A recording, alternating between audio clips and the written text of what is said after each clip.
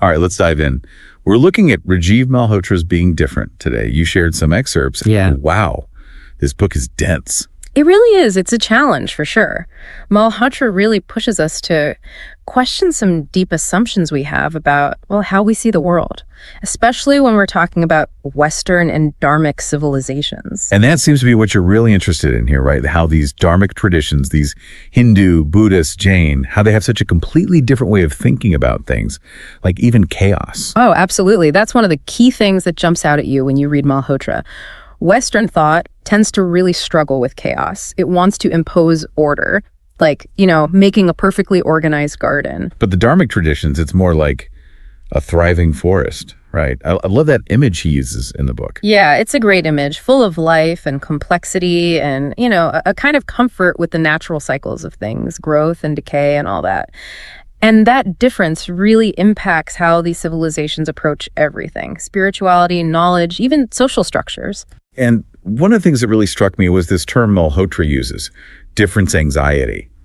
He argues that Western culture, it often tries to digest other cultures, breaks them down, and only keeps the parts that fit into its own existing frameworks. It's like trying to force a square peg into a round hole, right? Yeah. And that digestion process, it can lead to all sorts of misunderstandings and misrepresentations. Like how yoga is often presented in the West, stripped of all that spiritual, philosophical context and just turned into a fitness fad. Exactly. And Malhotra argues that this difference anxiety, it even shows up in interfaith dialogues, trying to find common ground, but they end up kind of glossing over these fundamental differences, creating this sort of superficial sameness. Yeah. He asks this really thought-provoking question. Would a Christian church ever worship Krishna as the same God described in the Bible? Sometimes those differences are just, too big to ignore. Right. And this is where the power of Sanskrit comes in. Malhotra argues that Sanskrit, with this concept of shabda, sacred sound, has a vibrational energy. You lose so much in translation. So it's not just a language, it's reflecting a whole different way of seeing the world. Exactly. Think about mantras. In the Dharmic tradition, they're not just verses you memorize. They're vibrational tools that have power to actually transform consciousness. And that ties into another distinction Malhotra brings up, this emphasis on history in Western thought versus this focus on embodied knowing in the Dharmic traditions. Western religions, Christianity, Judaism especially, they're very history-centric. They place a lot of emphasis on historical events and revelations. Truth is revealed in sacred texts. Whereas in Dharmic traditions, truth is something you realize through your own direct experience. Through yoga and meditation, it's about cultivating inner awareness, tapping into a knowing that's already within you. And this difference in how you acquire knowledge, how you validate it, it has huge implications for how these traditions understand authority. In the West, authority often rests on those sacred texts or the interpretation of religious leaders. But in Dharmic traditions, it's often embodied in living spiritual masters, people who have achieved direct realization of truth through their own practice and experience. Much more experiential and embodied, yeah.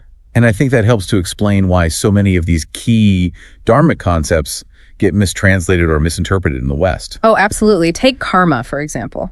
So often reduced to this simple idea of what goes around comes around, but in Dharmic thought, it's so much more nuanced. It's about the interplay of action, intention, consequence. Yeah, it's not about punishment or reward.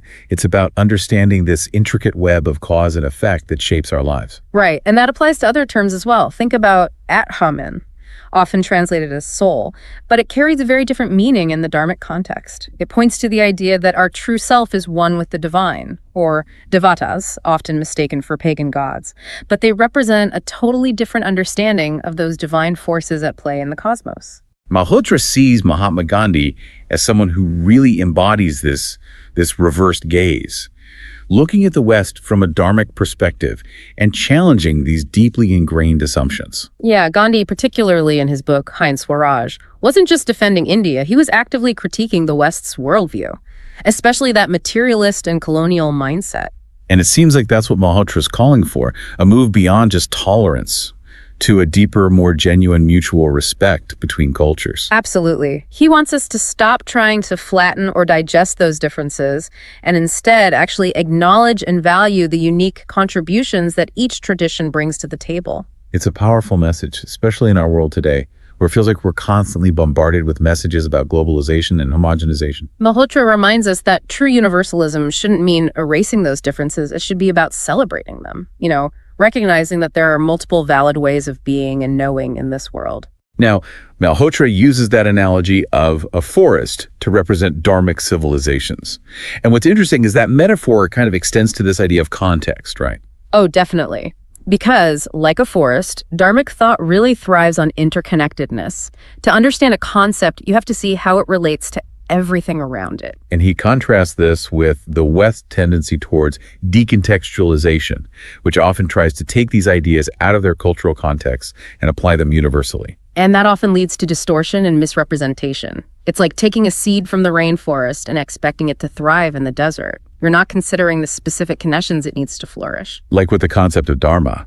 In Sanskrit, it's so much more than just religion or duty. It's ethics, cosmic order, personal purpose. Trying to capture that essence of dharma in a single English word, it's like trying to describe the ocean by pointing to a single wave. You miss the depth and complexity of the whole thing. And this idea of non-translatability, it even extends to the concept of shabda, which Malhotra describes as the sacred sound, the vibrational essence of language. He argues that Sanskrit, with its emphasis on sound and its connection to the cosmos, is really uniquely suited to express this idea of shabda. And that's where things like chanting mantras come in, right? Yeah. It's not just about the words themselves, it's about tapping in to this deeper vibrational energy that can actually affect our consciousness. Exactly. Trying to translate a mantra, it's like trying to explain love by just defining the word love. Mm-hmm. You lose the essence. And that leads us to another fascinating distinction: how dharmic civilizations approach knowledge and authority,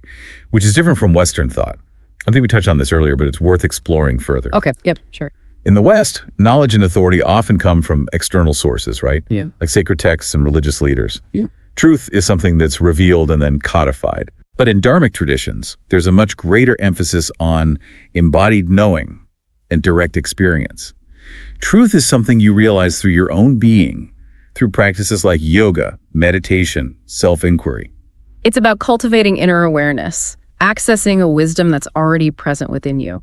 Which means spiritual teachers or gurus have a very different role in dharmic traditions. Yeah, very different. In the West, religious leaders often hold positions of authority, power. They act as intermediaries between humanity and the divine. They're interpreting scriptures, guiding believers, sometimes enforcing doctrines. But in dharmic traditions, the guru isn't about enforcing dogma or claiming exclusive access to truth. They're more like guides, mentors, helping students discover their own inner truth through practice and self-inquiry. Exactly. They're not the holders of all the answers. They help you unlock the answers within you. It's about empowering you to find your own path to liberation. Precisely. And this difference, how they approach knowledge and authority, it really has a profound impact on how dharmic civilizations view things like chaos, difference, even the nature of the self. We've got a lot to unpack here. Maybe we can dive into some specific examples. That sounds great. I'm ready to go deeper into this fascinating world of dharmic thought. And I bet our listeners are eager to hear more too. If you're enjoying this exploration of Rajiv Malhotra's being different, be sure to leave your thoughts and questions in the comments below. And if you want to stay tuned for part 2 of this deep dive, hit that subscribe button and the notification bell so you don't miss it. We'll be back soon to continue unraveling these complex and often misunderstood concepts. Stay curious.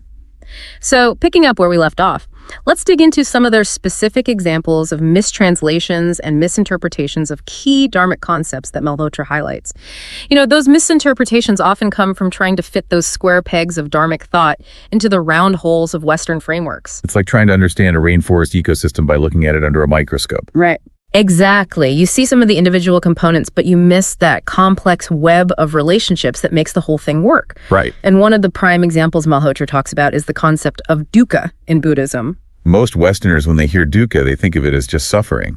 Right. And that translation, while technically accurate, it misses the nuance. Yeah. It's not just physical pain or emotional distress. It's a much deeper kind of existential unease. It arises from our attachment to impermanent things. That frustration, that disappointment that comes from clinging to a reality that's constantly changing, like trying to hold on to a handful of sand. I love that analogy. And this brings us to another concept Malhotra clarifies: karma. It's often misunderstood as some kind of cosmic reward and punishment system, like a divine scorecard. Yeah, that oversimplification drives me crazy. It takes this profound concept and reduces it to something so simplistic. It's like saying the whole point of War and Peace is just about who ends up marrying whom. Exactly. Malhotra points out that karma is not about some external force judging us. It's about understanding the natural consequences of our choices, our actions, and how those consequences shape our experiences, the people we become. So it's not about being punished or rewarded. It's about recognizing that our actions have this ripple effect that extends outward. Shapes not only our own lives, but the lives of those around us. Right. And of course, this ties into the dharmic understanding of reincarnation, which is another concept often distorted in the West. People think of it as just being reborn into another body, like hitting the reset button. But that misses the point. It's not about starting over. It's about continuing on this journey of growth and evolution across multiple lifetimes. It's like picking up a book and continuing to read from where you left off, not starting back at chapter 1 every time. All our experiences, our actions, the lessons we learn, they all carry forward. It's like shaping the tapestry of our soul's journey. I love that image. And it helps to understand why the concept of Atman is so central to dharmic thought. It often gets translated as soul, but even that doesn't quite capture it. Atman refers to our true nature, our innermost essence. And in dharmic traditions, it's understood to be one with the divine. Not separate from us, it's the ground of our being. So it's not like having a soul, it's more like being a soul. Exactly. And realizing that true nature, recognizing that inherent oneness with the divine, that's seen as the ultimate goal in dharmic traditions. Malhotra really unpacks these subtle but important differences between Western and dharmic concepts. And what he emphasizes is that these aren't just academic distinctions, they reflect these fundamentally different worldviews. And those worldviews impact how these civilizations approach everything, from the nature of reality to the purpose of life. Absolutely. And one of the most profound differences is how Western and dharmic traditions approach this idea of liberation, or moksha. In Western religions, it's often about salvation, being saved from sin and granted eternal life in heaven. It's about what happens after you die. But in dharmic traditions, liberation is about freeing ourselves from this cycle of suffering and realizing our true nature as Atman. It's not about escaping this world, it's about waking up to the truth of who we are here and now. And that awakening can happen in this lifetime, through dedicated spiritual practice and, in some traditions, through the grace of the divine. Yeah. And this difference, how they understand liberation, it influences their approaches to spiritual practice as well. In the West, religious practice often emphasizes following rules, doctrines, rituals.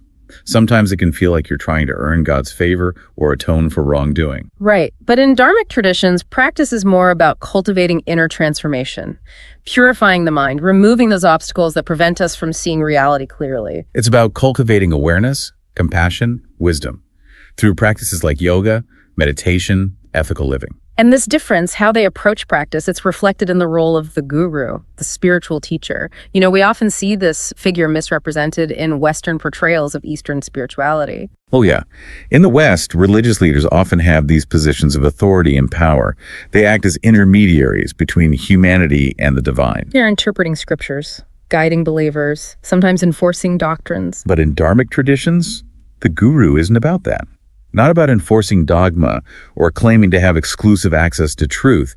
It's more about being a guide, a mentor, helping you discover your own inner truth. Right. They're not the holders of all the answers. They're the ones who help you unlock those answers that are already within you. It's all about empowering you to find your own path. Precisely. And this emphasis on personal experience and inner realization, that's really a hallmark of dharmic traditions, wouldn't you say? Absolutely.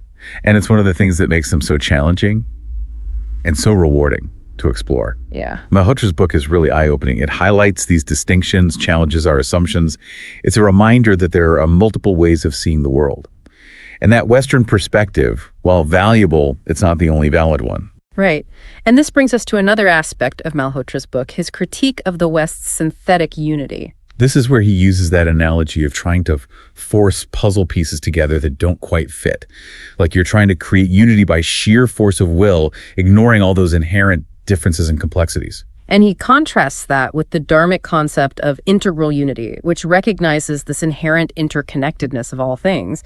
Instead of trying to create unity from these separate elements, it starts with the premise of unity and then explores the diversity that arises from that unity. It's like appreciating the beauty of a mosaic. Each individual piece is different, but they come together to create this unified, breathtaking whole. Beautiful analogy. Malhotra also uses the image of a forest.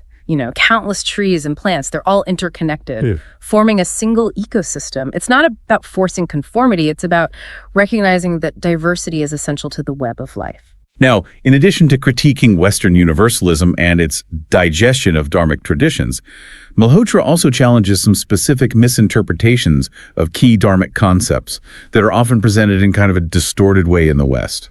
Yeah, one of the most common and frankly frustrating is equating devatas with pagan gods. Ugh, yes. That one really gets me going. It's like taking Shakespeare and lumping him in with romance novels at the grocery store checkout just because they both have words.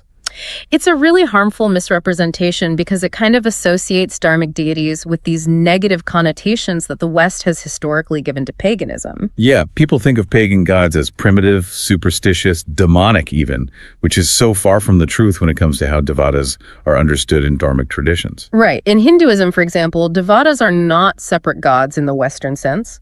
Not these jealous, warring deities fighting for power. They're more like manifestations, aspects of that one supreme being, Brahman. Think of it this way. If Brahman is the light, the devatas are the different colors that come through a prism, all part of the same source, but expressing themselves in different ways. Well, that's a great way to explain it. So you might have devatas associated with wisdom, knowledge, creativity, wealth, power, love, compassion, each representing a different facet of the divine. Exactly. And they're not competing with each other. They're complementary aspects of a single harmonious reality. And this understanding of devatas reflects the Dharmic worldview. Divinity permeates all of creation, not something separate from us or limited to one form. It's the very ground of being. Right.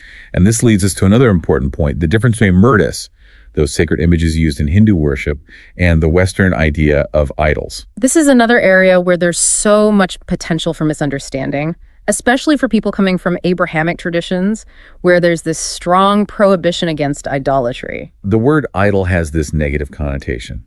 Implies you're worshiping a false god, a graven image, something that's forbidden. And this has led to a lot of prejudice against Hindu practices, people assuming that Hindus are worshiping statues as if they were gods themselves. Right.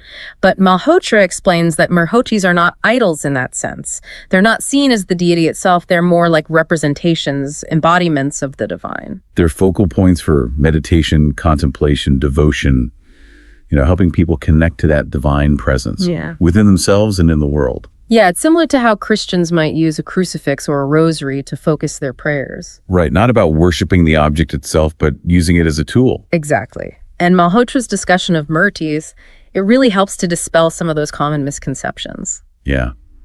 It's a reminder that we need to approach other traditions with an open mind. Try to understand their practices within their own context, not through the lens of our own preconceived notions.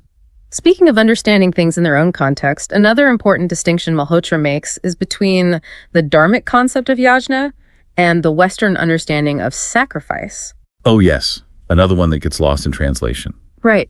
The word sacrifice in the West, it often carries a sense of loss, of giving up something valuable, enduring pain. And when people hear that term applied to the Hindu ritual of yajna, they might think of something primitive, barbaric, like offering animals or even humans to appease these angry gods. But Malhotra explains that yajna is not about appeasement or atonement. It's not about trying to get on some deity's good side. It's about making an offering to the divine as an expression of gratitude, devotion, self-surrender. It's about aligning ourselves with the cosmic order and participating in the flow of life. It's about recognizing our interconnectedness with all things and offering our energy, our actions, back to the source. And yajna can take many forms, not just those elaborate fire rituals. It can be as simple as offering food, flowers, chanting mantras, even acts of selfless service. Yeah. The essence of yajna is in the spirit of offering, in the intention to connect with the divine. It's not about what you offer. It's about the intention, the devotion behind it. Exactly. And this leads us to another key area where Malhotra challenges Western assumptions, and that's the realm of philosophy. He really delves into the complexities of Western thought, exploring how its emphasis on reason, logic, objectivity has shaped its worldview. He traces the development of Western thought from the ancient Greeks to the Enlightenment, highlighting how certain key ideas have influenced the West's approach to knowledge, truth, the nature of reality. Yeah, he discusses figures like Plato, Aristotle, Descartes, Kant, shows how their ideas have contributed to that Western focus on dualism, rationality, the separation of mind and body. And he contrasts this with the Dharmic worldview, which emphasizes interconnectedness, the unity of mind and body, and the importance of direct experience. And this difference in their philosophical foundations has led to different approaches to science, religion, ethics, even politics. For example, he talks about how the West's emphasis on objective truth has shaped its scientific method. Prioritize empirical observation, experimentation. Whereas Dharmic traditions, they've historically taken a more holistic approach, incorporating intuition, introspection, spiritual insights. Right. Not about rejecting reason or logic, but recognizing that there are other valid ways of knowing. Absolutely. And that leads to different ways of looking at the nature of reality, the self, the purpose of life. For example, that Western concept of individual rights and freedoms often contrasts with that Dharmic emphasis on social harmony and interconnectedness. And the West's linear view of time, that focus on progress in the future, is different from that Dharmic understanding of time as cyclical and eternal. Right. Malhotra's analysis, it's not about saying one system is better. It's about recognizing that these different traditions have shaped our cultures and our worldviews in profound ways. It's about expanding our understanding of human thought. Exactly. And that brings us to another important concept that Malhotra explores, and that's contextualization. He argues that Dharmic traditions really value understanding things in context. Meaning and value aren't inherent, they arise from relationships and interconnections. Like trying to understand a single word without considering the whole sentence. Right. Or trying to appreciate a brushstroke without considering the whole painting. But Western thought often tries to abstract these ideas from their context, trying to create these universal laws that apply to everything. And Malhotra argues that this decontextualization can lead to a very distorted understanding of other cultures. And we see this in everything from how yoga is taught in the West to how Western scholars try to interpret Dharmic texts. He's not saying there's no value in cross-cultural exchange, but he's urging us to be more mindful, more aware of the dangers of imposing our frameworks on others. Right. He wants us to have a more nuanced approach to knowledge, one that recognizes that things need to be understood in their proper place and time. It's recognizing that the map isn't the territory. Exactly. And this brings us back to the core of Malhotra's critique, the West's tendency to digest difference. That tendency to try to absorb other cultures into its own way of thinking, often stripping away what makes them unique and valuable. And he's not just talking about abstract ideas here, he's talking about the real-world consequences of this process, how it's played out in history and continues today. We've got a lot more to unpack on that front, so let's continue our dive in part 3. Don't go anywhere, folks. If you're enjoying this exploration of being different, hit that like button, leave a comment below, and tell us what you think. And be sure to subscribe to Book Reviews 1 so you don't miss the final part of our deep dive into this fascinating book. Okay, so we've been talking about this whole digesting difference thing, the West trying to absorb other cultures. But how does that actually, how does that play out in real life? Yeah, well, Malhotra gives some pretty powerful examples in the book. He talks about how this sense of superiority that often comes with this digestion process, it's led to some really damaging consequences. It's not just about, misinterpreting a concept here or there. This is about power. One culture asserting dominance over another. Exactly. And colonialism is a perfect example. That idea that Western civilization was the peak of human achievement, that everyone else should follow their lead, that fueled centuries of exploitation and oppression. And this wasn't just about conquering land, it was about conquering minds, too. Oh, absolutely. Indigenous cultures were seen as, primitive, their traditions dismissed, languages suppressed, whole ways of life disrupted. It's a pretty stark reminder of how this digestion process can have devastating consequences. And Malhotra argues that these patterns, they still continue today, just in more subtle ways. Like this idea that globalization should lead to everyone becoming more homogenous, conforming to this Western model of progress. He's not saying globalization is bad. Right. It's that true globalization should be about celebrating diversity, not erasing it. Right. Recognizing that each culture has unique gifts to offer. It's about creating a global tapestry, where those different threads all weave together into something richer, more beautiful than any single thread could be on its own. And this brings us back to what Malhotra is really calling for, that mutual respect between cultures. Yeah. It's not about everyone agreeing. It's about acknowledging the value of those different perspectives. It's about being willing to listen, learn, challenge our own assumptions. Absolutely. And realizing we don't have all the answers.